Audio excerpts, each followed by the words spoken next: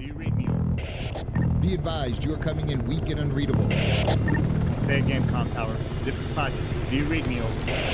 Pacho, this is Com Tower. I read you Lima Charlie. Com Tower, Com Tower. Request permission to launch and commence the field op. Over. Stand by. Pacho, permission granted. I say again, permission granted. Roger that. Launching podcast in 3, 2.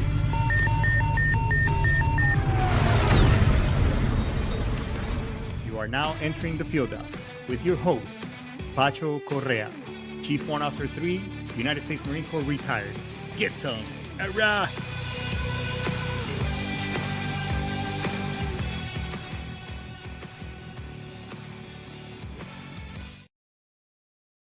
Get some. All right, what's going on, everybody? Another weekend is almost here. Friday night's Eve, baby Friday, but goddamn, it's almost the weekend. And we got a really good show for you today. We also have an amazing guest that we'll get right to it here in just a second. But hey, let me ask you this: did you know that if you gave up a cup of Starbucks or a couple of them a month or every couple of times a week, because I'm a Starbucks lover myself, and I'm not giving. I wish I could get paid just by giving them free advertise, but on average, you're spending about $5 to $7 on a cup of coffee, which again, it's pretty good.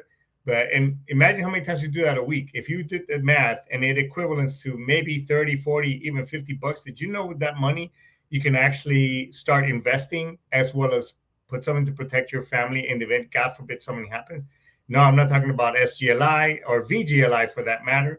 I'm just saying putting strategies together so that your family and your loved ones don't have to guess, God forbid, somewhere to happen. And then, once you're gone, that money from the VA or your retirement keeps coming on top of the other things, because look, dying is a business, and it's not if we're going to die, it's when we're going to die. And at least you want to be protected. So that's where I come in, and that's what I help families put strategies together so that they're better off later, and again, or if you want to send your college to school, among other things.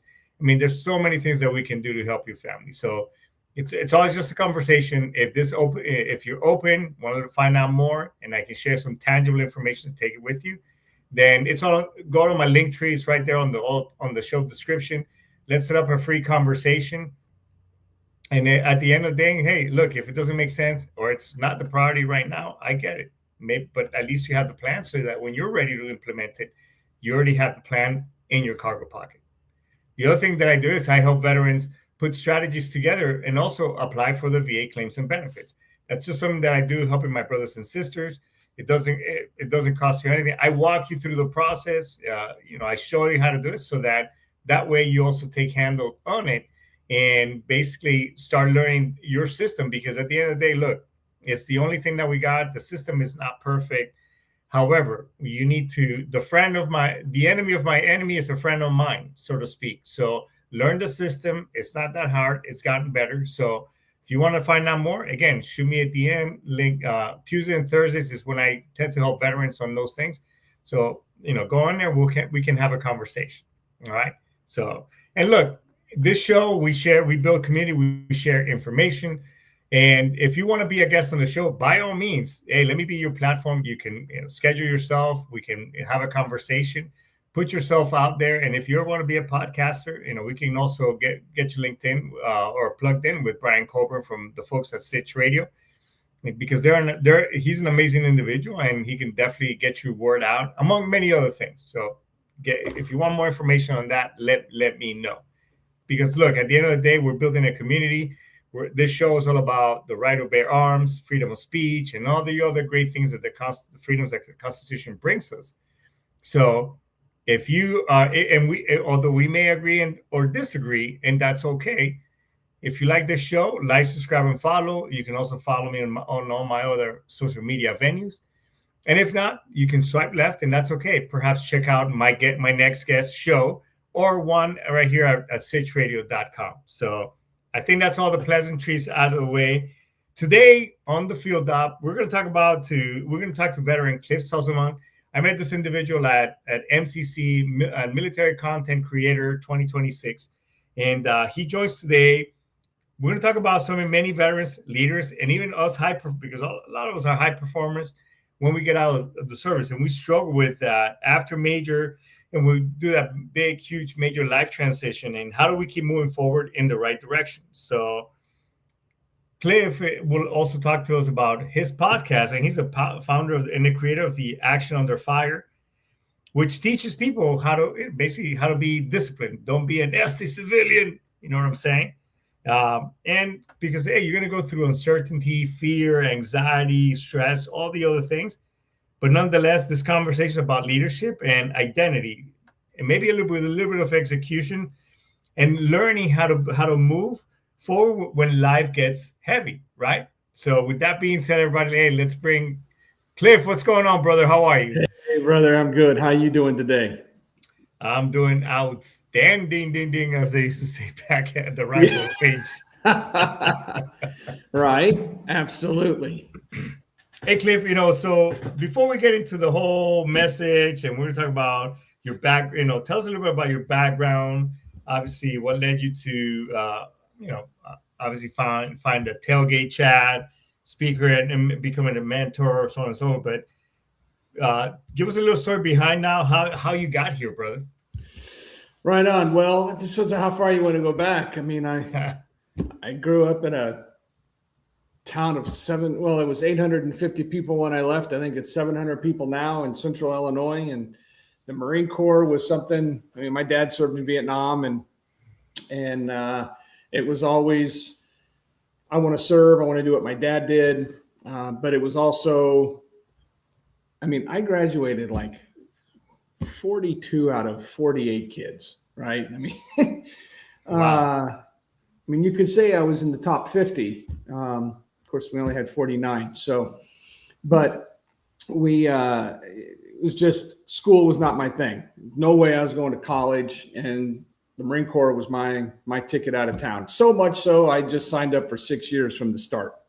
And I was like, love it or hate it, here I go. I spent 6 years in the Marine Corps. I was stationed at Camp Lejeune for the first 2+ years. Got to spend some time on ships, floated around the Caribbean on a cruise for about 6 months. I spent 12 days in Haiti, which was not fun. And then we got back. I ended up going to where I really wanted to go when I walked into the recruiter's office was Marine Security Guard Battalion. So Okay. I spent the second half of my career as an embassy guard, and that life was amazing. It was beautiful. It was great. I mean, we're living in multi-million-dollar houses and cooks, maids, laundry lady, driver. I mean, we didn't have to worry about anything. We just, it's a very stressful job. Don't get me wrong. I mean, the embassy and everything and everybody in it they look to you. So, Right. But luckily for me, my first post was Bangkok, Thailand, and then my second post was Rio de Janeiro, Brazil.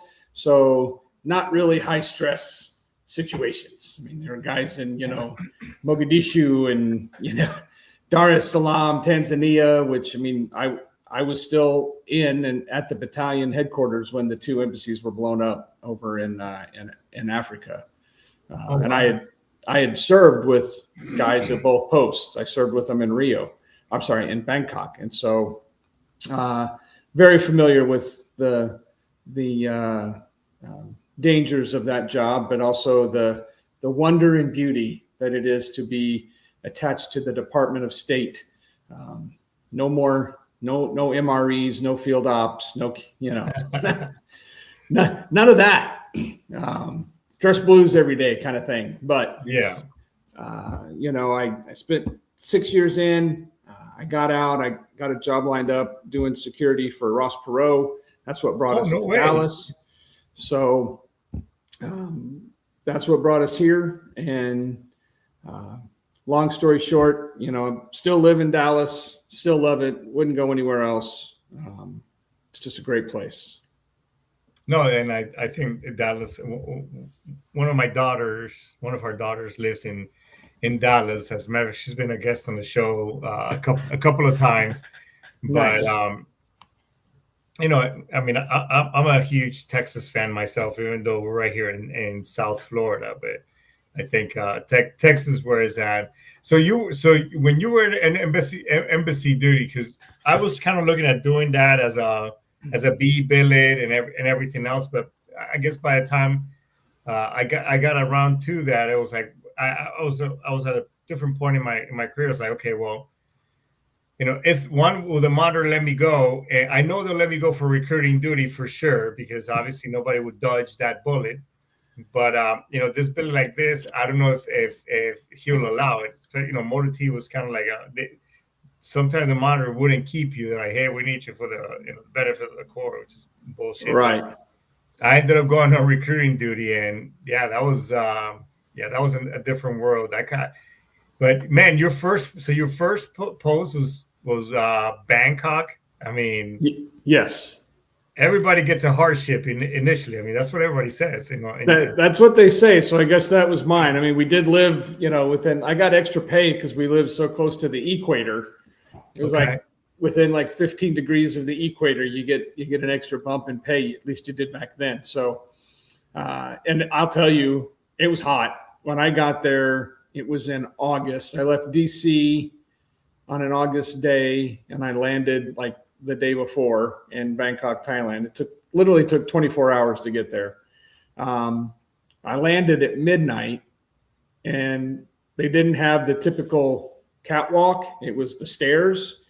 And when I stepped off of the plane, I was like, ugh! And I thought that the jets were still on, and the jet was over there facing that way. And I was like, it's just that hot at midnight. Just for the next 15 months, all I did was sweat.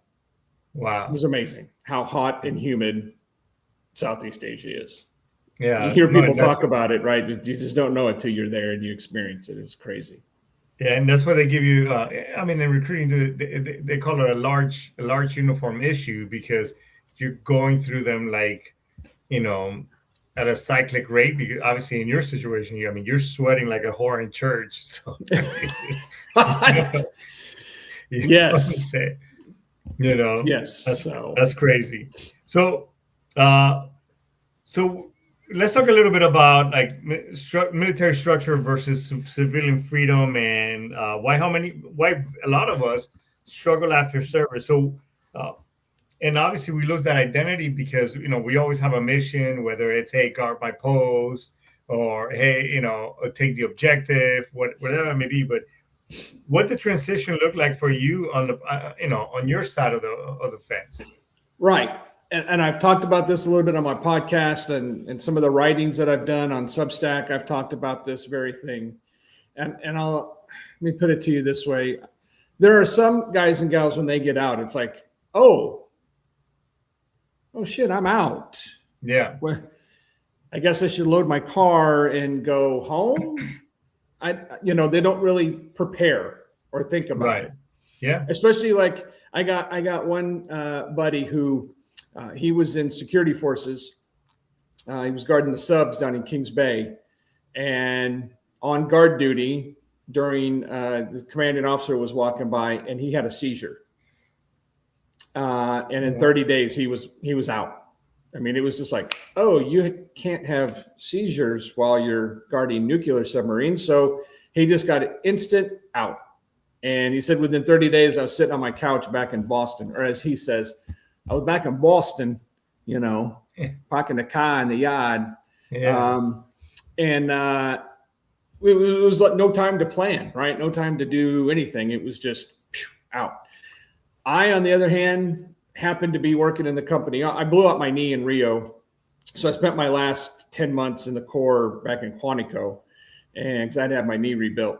And I happened to they put me in the company office. They made me the BEQ manager, right? You got to do something. You got to give the sergeant something to do, right? So what I did is I took that time and did a complete restoration of a historic building, which was the one we were in, which I don't think they were really planning on me doing, but I did it anyway. So I happened to be in the company office when a fax, that tells you how long ago this was, a fax came in on the machine, and I just happened to grab it, and it was from this company called Perot Systems, which was Ross Perot's company. And it was sent by a guy who used to be an MSG, who was working as the head of their recruiting. He was actually a MSG in 1985 in Moscow, Russia, when the whole Lone Tree incident happened. Oh, wow. So he was like right there when all of that went down.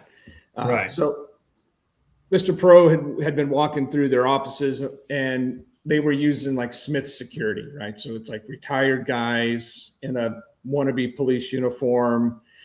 And of course, as Mr. Pro would do, he'd walk by and go, "What are those guys doing? We need somebody that looks, can we get some Marines or something?" And so Carlos was like, I can get these kind of guys. He goes, "That's what I want." So I was one of the first 5 that they hired that were MSGs, and they paid for our flight and hotel down to interview. They paid for us to move down there. They paid for us to go to school. So, and this was like five months before I got out. So before I hit terminal, I had an apartment rented. I had a job lined up. I had everything, right? So my transition wasn't hard. Yeah, no, it's pretty great. It was just, we drove to Dallas and drove right to the apartment and moved in. And that part was easy. I know that's not the norm for everybody, right, but that part was easy. What was the challenge was over the next 7 years, I worked for 9 different companies in 9 different industries. Because what I found, and I didn't know it at the time, it wasn't until, like I talked about in my 6th podcast, my last one I just posted a couple of weeks ago, it was about reflection. And one of the things we need to do as individuals as we progress through life and we get more of this kind of color in our beard and we get more rotations around the sun is we need to kind of stop every once in a while and kind of do an AAR, right? And for those who don't know, an after action review, something we always did after a mission, after any kind of planned thing. What went right? What went wrong? What could be better? What can we replicate? Let's do that. And so every once in a while in my life, I do those. And I was looking back and I was like, why did I work? Because at the time I was just in it and I'm like, this job sucks. I got to find something different. Oh, this job looks great. You know, it's always, grass is always greener on the other side, right? Oh yeah. Trust me. Till you get there and you're like, oh shit, that was better over there. Yeah. But what I found was missing was the structure of being in the military, the community, the camaraderie, the brotherhood that you have in the military. Guess what you don't find in corporate America? Any of that, like at all. You know, it's, I go to work at 9, I'm done at 5. You know, I'm Fred Flintstone. I pull the tail on the bird. I used to say the same thing. Yabba dabba do. And I slide down that ass and I'm out. Yeah, out. So for me, I didn't realize it at the time. I was constantly jumping industries, companies, careers. It was because that's what was missing. And I, you know, the structure of, yes, people ask me all the time, do I miss being in the Marine Corps? And I'll say, I miss it every day, but I don't miss a day of it. Right? Like, I miss being you know, with brothers and sisters. I miss the stuff we used to do in the barracks. I miss the stuff we used to do, the craziness we used to do when we were on ship, or, you know, when we were, you know, when I lived in Bangkok, Thailand, I was one of 9 Marines in the country. When I was in Rio, there was like in Rio de Janeiro, there was 6 of us, I think. Right. So we were always together. You never left the house alone. It was at least one, if not everybody together going out. You know, you were always together, hanging out, doing stuff around the house. We'd eat together. We'd go to work together, yada, yada, yada, right? And you get out and you're like, hey, I pull up to work and hi, Frank. Hey, Joe, you know, and you go in and you sit down and you do your thing and you're like, bye, Frank. Bye, Joe. And it's off for the day. You can have camaraderie, but it's different. It's different in the corporate world, right? It's not the same thing. And so for me, I realized later I was constantly striving to try to find that. And I didn't realize it at the time, but that's what it was. You know, when I found that is when I moved to Frisco, Texas, and my wife's like, we need to, let's go to this HOA meeting. They hold them once a year. And so we went, and I met this old guy, and I said, hey, I'm gonna try to be on the board. And my wife's like, yeah, let's do that. So he was like, introduce yourself. And I said, my name's Cliff, and I'm a Marine, and da-da-da. And of course, the chairman of the HOA happened to be a retired Navy Master Chief and was like in everything veteran related in Frisco. So afterwards, he comes up, he goes, are you a member of the VFW? And I'm like, man, and this was in like 2008. I go, I've been a member since 1994. My dad was the commander of our local VFW in my small little town. And the minute I got my Armed Forces Expeditionary Medal, he bought me a lifetime membership. So I'm like, I even pulled it out. I said, look, man, here's my lifetime membership card. I have never once walked into a VFW hall or been to a meeting. He goes, well, you should come. And like most young guys, I'm like, do I really want to go to a VFW? Yeah, they're struggling for memberships. So, and the thing was, I was already a lifetime member, so he wasn't going to sell me on anything. So I went, and next thing I know, I'm the post adjutant. And then the next thing I know, I'm the junior vice commander. And the next thing I know, I'm the senior vice commander. But what I discovered was that's what was missing, was the community and the camaraderie. So now this is 10 years after being out. And I realized being around other veterans and, we can say stuff and we just get it. Whereas some of my non-military related friends are like, well, that sounds harsh, or that's cruel. That's life, right? I mean, is my sense of humor twisted and I laugh at stuff that most people would cry at? Probably. But when you see some of the stuff that we've seen or have to be prepared mentally for some of the things that we have to do in the military, you're not the same after that. And you can't, you just have a different way of looking at things, right? Like for me, some people will be like, well, you shouldn't ride a motorcycle, because you could get killed. Okay, well, I can die in bed. When it's my time, it's my time. So whether I'm flying in an airplane at 30,000 feet, stepping out of the shower, or driving a motorcycle, when it's my time, it's my time. People drowned in cup of tea all the time. So it's the way it is. When shit happens.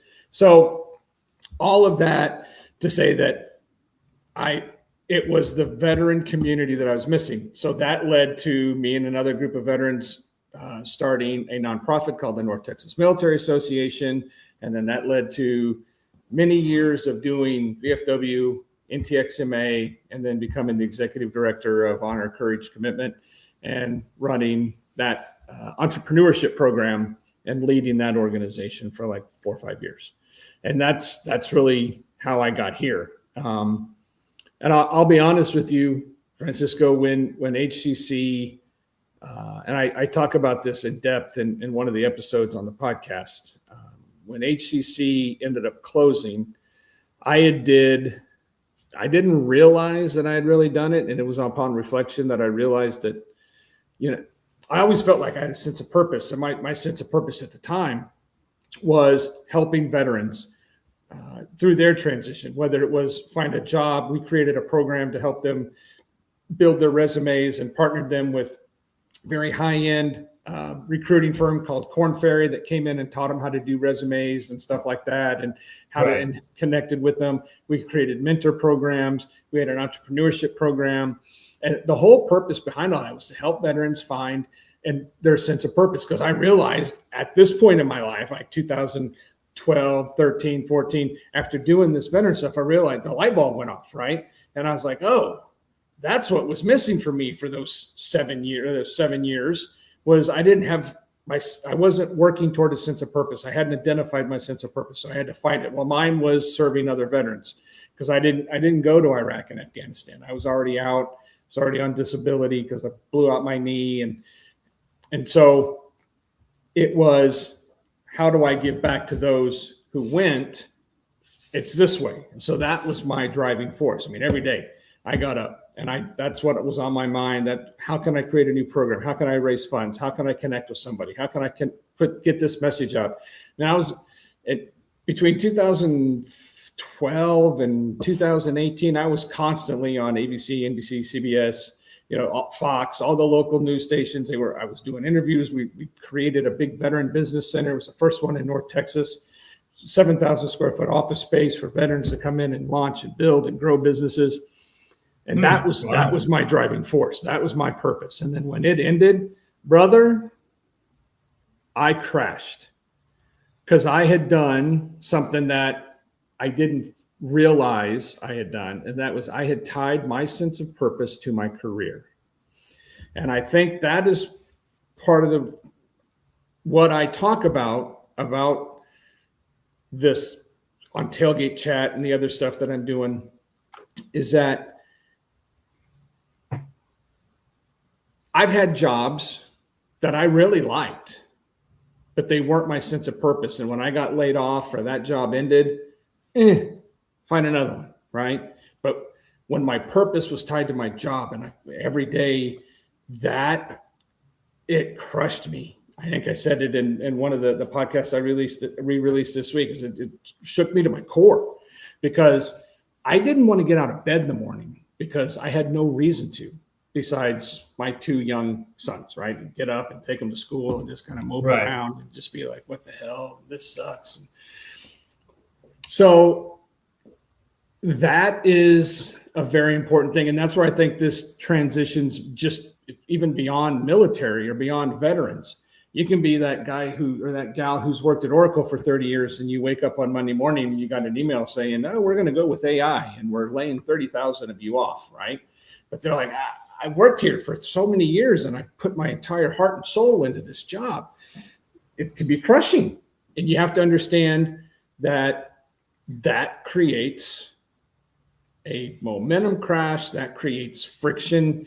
And that's kind of where, I'm sure we'll talk about it later, some of the other stuff that I've developed was built and based on those scenarios happening. Well, right quick. So you talk about purpose, right? So how does someone rebuild themselves, and how does someone, and what role does discipline play in rediscovering that purpose? So for me, and this is what, for God's sake, brother, I am not a teacher. I'm not a coach. I don't pretend to be. I don't pretend to say I have the answers. What I do say is I have gone through some stuff. And the difference is that I'm sharing it, even live, right? I mean, like, there's stuff that I'm still going through right now that I talk about on the podcast or I write about on Substack, because it's not that I have the answer for it, is I'm trying to figure it out. I'm trying to find out. So, for example, I've got the advantage of having done this enough that I realize my sense of purpose is serving others. And I found that through and it wasn't like, okay, I served in the military, but that's not what I mean by service. I had the backs of the guys that I stood post with and the gals that I stood post with and the people that I was on ship with. I had their backs, and I stood by them, and I did what I served. My service was to my brother and sister more than it was to, we were wearing the uniform and we were there to protect freedom and, do all that. But really, at the end of the day, it was really about being there for each other. I get out, and then it was a big gap where I was just lost. It was like Ricky Bobby. I didn't really know what to do with my hands. Yeah. So then I got into the VFW, right? Like I talked about, and NTXMA and Honor Creek's Commitment. And my whole thing was just about serving those veterans around me, and those veterans, helping them go from homeless, which we did. We had one guy who was homeless, and we helped him, and we put him through some stuff. He actually had bipolar. He was bipolar, and we helped him get everything straight. And he's got an IT career now, for Pete's sake. So that stuff's great. And that's what it's about. It's about helping others with tools and resources and serving them, even if it's just giving them motivation. It's just giving them, and I don't mean like rah-rah motivation. I mean like that internal, that internal desire to do something more, right? Kind of reignite that fire, restoke that fire in the engine there. And now what it means is that's my purpose. I don't have the answer for anybody to figure out how to find their purpose. One way that I found it, though, and one thing that I've done in research and reading other books, if you're a believer, right, I believe that God put each one of us here on purpose for a specific purpose. And it's up to each one of us to have that conversation with God to figure out what that purpose is. He'll put it out in front of you. And I'll tell you, I've had the idea to write a book about purpose and about what I'm doing now since 2017. And I don't know how to write a book. I don't know what I'm doing. I'm not going to, but the idea was always there. It was always there. It was always there. I'm in this dark valley right after everything crashes. And then I find a part-time job that turns into a full-time job. And it's a gig and it paid and it had life insurance or health insurance. So I got comfortable. I wasn't growing. I wasn't progressing. I wasn't doing anything but just getting up, kids to school, go to work, dinner, go to bed. It was just a mundane. My wife's like, you need to do something. And it wasn't until I kind of started getting back into and one thing led to another, and I became unemployed and applied to a job, another. I'll be honest with you, since the week before Thanksgiving in 2024, I've been unemployed. I have applied, I lost count, hundreds of jobs. I've received, and this is no BS, one phone interview. Yeah, it's weird. I was when I was with corporate, now being self-employed, but when I was with corporate, it's like I applied. I was a safety guy at that time, and I was working on my security license Right. for investment licenses. I was working on those, and because I just wanted out. I was in a really toxic job environment. Not so much the company, it's just the leadership. And to your point, leadership is pretty much non-existent. That's why all of us vets, we gravitate towards each other and when we in these corporations or companies, because again, like-minded individuals. But right. So I was, same thing. And the funny thing is that now that I'm independent and obviously self-employed, now in that industry, dude, I get tons of jobs and offers. So what I do is, I throw them on LinkedIn because people know me on LinkedIn when I was that same guy. So I give them to other fellow veterans who are in transition. Say, hey, look, just kind of giving it back. But let me ask, because you brought up some really good points. So, that focus, that purpose, those gaps in between. So what led you to start, getting to that tailgate chat, so to speak, and what was the message that you were trying to build through it? So great question. And here's what happened. After all those job applications and just constantly being rejected, right? Probably about 10 or 20% of those applications I'd send out, I'd get a thank you for your, application, Mr. Sosamon, but we're going to go another way. The other 90% I never heard anything from, ever. Yeah. And so after a while and after some reflection and doing some praying, what I realized is that, oh yeah, that whole idea about a book, maybe that's what I'm supposed to be doing, because the other thing that I'm trying to do is not getting anywhere. It's almost like there's somebody somewhere telling me, stop doing what you think you need to do, because I've put something on your heart that you do need to be doing. Yeah.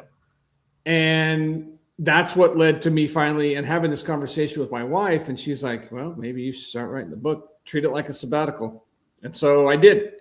Sat down and wrote about, I think I have 36 pages to my manuscript right now. And that's about when I realized I don't know what the F I'm doing. And I'm writing in circles and yada, yada. But this is where it all led to, or where it came from. So decided I'm going to write the book. Okay, I'm going to write a book. Well, how do I promote a book? But let me take a step back. I'm going to write a book, but why am I writing a book? Because really, at the end of the day, I want to be on stages.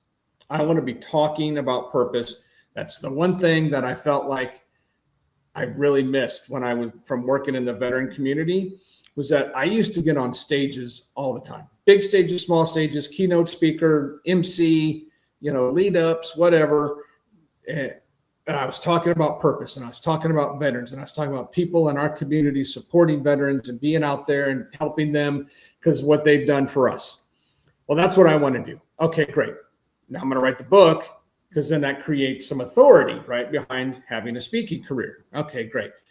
Well, how do I promote a book? Because I can scribble some shit down and put it on LinkedIn or on Amazon and sell 5 copies. That doesn't create any authority. I need to be a bestseller.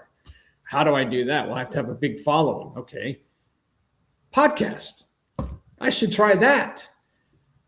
And I'll be honest, man, I never listened to podcasts. I couldn't figure it out. I was like, why do people listen to other people? And, it was like I had this conversation with my son. My youngest son's 20 and other son's 24. And 10 years ago, so they'd be sitting there and they'd be watching, Twitch streams. I'll get it there in a second. Twitch streams, right? They're watching other people play video games. And I'm like, why on God's green earth are you watching somebody play a video game? There's an Xbox right there. Why don't you just play? And they both go, don't you watch the NFL every Sunday? Why don't you just go out in the backyard and play? And I go, what? Got it. It's entertainment. Okay. Right. Now, put a pin in that. So I go, okay, so podcasts. I get it. I used to listen to talk radio all the time. When I was in my car, I used to have an hour and a half drive to work and an hour drive home, whatever it was. And I'd listen to talk radio, listen to the political talk of the day, right? Just eating away at my mind about, the bad politicians on the left and the right and all this. So I was like, okay, I get it. So I have to figure it out. But one thing I find that I used to do a lot was I used to research way too much. And I would get stuck in this pattern of, well, do I need to buy this special camera? Do I need to buy this special microphone? And do I need to have a tripod? And how do I do it? Do I need special software? Going through all this stuff. And so I had a couple of conversations. My wife's like, just do it. And I'm like, okay, babe, I'll just do it. Right. Okay. And then another guy said it. And then I talked to a buddy that I know for a long time. And he's a financial advisor. He used to play in the NFL, and we were having this conversation.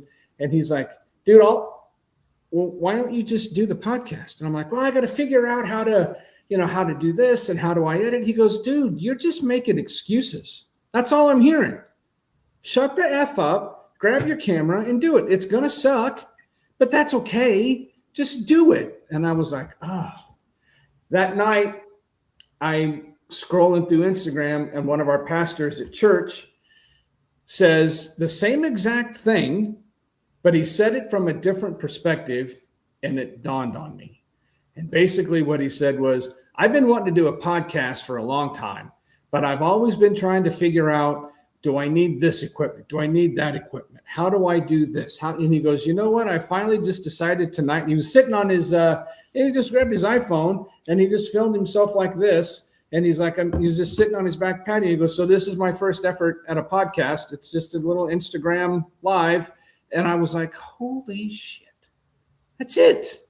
I just have to do it. And so the next day I did get a microphone and I did it. I sat on the tailgate of my truck and it sucks. First episode was horrible, but that's all right. As I was editing it, I was like, oh, I can't. Nope, just leave it. Just leave it. And so, and that's where this, taking action and understanding where you're at and moving forward, right? That's the whole thing. So that's how, long story short, to get to your question, and I have a tendency to ramble. But the whole point of this is that understanding you have to move forward. And if you're trying to figure out your purpose, number one, you have to do some reflecting and have to look inward and understand what is it that's important to me, because I've kind of understood, Simon Sinek says, you understand your why, right? Your why is your purpose. Right. I also think that your what is your passion, and your what drives your why. Your passion drives your purpose. So if you can understand what you're passionate about, somewhere along that way, your purpose is going to derive as well. Whether it's your job, whether it's your family, whether it's your woodworking, whether it's my yard must be very green, whatever your passion is, your purpose is lying in there somewhere. And so that's you. Nobody can just tell you, oh, well, if you do X, Y, and Z, you'll find your purpose. It's not a treasure map. There's no roadmap to get there. No, there isn't. You have to slow down, and you have to understand where your values lie, and it kind of rolls in through that way. No, and you're right, man. I mean, it's once you start finding that your path, so to speak, and God starts kind of shining that light and say, hey, maybe this is. And sometimes like, well, I don't like the light, or that seem, I know you're showing it to me, but I'm still gonna go this way, so to speak, And that's, again, those lessons come. Some of them are harsher than others, but at the end of the day, It'll lead you right to a damn cul-de-sac. You just go in circles until you go back to you. Finally, you're like, all right, I'll turn left. Because I know, and we can talk about a lot of things together, but we'll, definitely we're going to bring you back. But what's your final advice for someone who's stuck? And like you said, fear of uncertainty, or they just, well, I need this, I need that. What would be those parting words that you could tell them? Hey, here it is. Yeah, I'll tell you. This is what I would say. And I have this triad of fear. I have this triad of fear, and it's the fear of rejection, the fear of failure, and the fear of success. You have to understand what you're afraid of. And so that leads back to this A.U.F thing that you kind of mentioned at the very beginning, and that is, action under friction. It's what it leads to is acknowledge, understand, and move forward. So you have to kind of acknowledge the truth about where you're at and what you're facing. You have to understand why it's there. Why are you meeting this friction? And in a lot of cases, it can be fear. It can be an identity attachment. It can be perfectionism, whatever it is. You have to understand that. And then you have to move forward through the friction. And that's where the hard part comes in and so my parting words are, if for anybody who's out there and they're feeling like I've been as recently as the last few months, is just feeling lost and just feeling stuck. Well, it's because I understood finally that even though it's not perfect, and even though it's not going to be my best, we don't grow if we're comfortable. We don't grow sitting still. I mean, it's great. I love to sit on my couch with a big old bag of Ruffles and a thing of Dean's French onion dip and watch Netflix. Of course, that's why I used to weigh 270 pounds. I don't anymore because I started moving, but that's comfortable. I got comfortable in my job when I was doing that, and I wasn't growing. But now, this is the first podcast I've been on. And as you can tell, I'm nervous because I won't shut the hell up, right? I'm just rambling on and on and on and on. You have to acknowledge it, understand it, and move forward. And you have to be able to move forward through the friction to grow. Because once you take that step into the unknown, now it becomes comfortable. Now you can go a little bit further. Now you can go a little bit further. And let me ask you something. So if people want to, be able to seek you out and basically get that mentoring, get a different perspective, get a plan, a path put together, where can people find you and reach out? So a couple of different ways. I'm really easy to find because I am literally the only Cliff Sosamon on the face of the earth. If you Google me, you're going to find me, and you're going to find my grandfather, who was Mervyn Clifford Sosamon. You'll find his picture, and you'll probably find my great grandfather, whose middle name was Clifford and his last name was Sosamon. I'm the only one, Cliff Sosamon or Clifford Sosamon. You put that in there, you're going to find me, and it's going to come up. But that being said, tailgatechatpodcast.com. That is where I have a lot of stuff about the podcast. You can sign up for our newsletter. I send out a weekly newsletter that's a little bit of reflection, and then we've got a spark, and then a question to sit with for the week. It comes out every Monday morning, just to kind of get the motor going and get the juices flowing first thing in the morning. So you can find me on Substack, Twitter, TikTok, Facebook, Instagram. They're all Tailgate Chat related. You go to any one of those and type in Tailgate Chat, it's going to come up. It's really easy to find. It's a black circle with a sketched pickup truck. You can also find us on YouTube at the @ tailgate_chat. And we're on there as well. I'd love for people to find us on any of those platforms. Send me a message, send me a DM. My email's on the website as well. There's also the Execution Under Pressure Speaker website, which we've recently launched. And on there's a form you can fill out if you want to get a hold of me as well.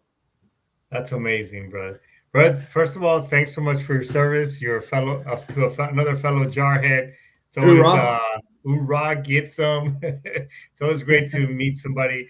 Definitely going to have you back because there's a lot more things that we can talk about and kind of really start putting our teeth into a lot of things as it pertains to leadership and purpose. So thanks, brother. Thanks so much for your service. And pleasure, brother. Thank you. Hey, everybody. Amazing show.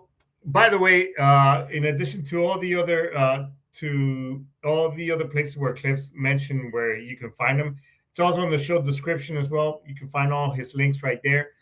And because it's true, we do end up gravitating towards one another and finding purpose. So why not build the community and find another battle buddy so that you don't have to go. You listen to me. A lot of us, we get out of the service and we just kind of go into that cave and we just lose that community. But it really doesn't have to be that way. We preach all this stuff when we're in the service about battle buddy and the buddy program and all this other stuff. But we are our own worst offenders when it comes to following through with what we're saying. So reach out to Cliff. There's other avenues. You can reach out to me. And by the way, look, listen, because this ties in really well. If you've been ruminating, getting into that dark place where you feel yourself, you're digging into a hole and you're not coming out, look, tough times, won't last. Only tough people do. So there's no need for you to take your own life or do something that's stupid, because at the end of the day, we are the ones who left behind asking all the questions. So, but amazing show, amazing guests, everybody. So I think this is a great place to index right now. So with that being said, everybody, I just want to say, Ice Tomas, Daisuke. I'll see you next week. And by the way, don't forget to call mom, send her a card, give her a big kiss, or your wife. Tell mama happy Mother's Day. And everybody, I'll see you next week. All right, get some.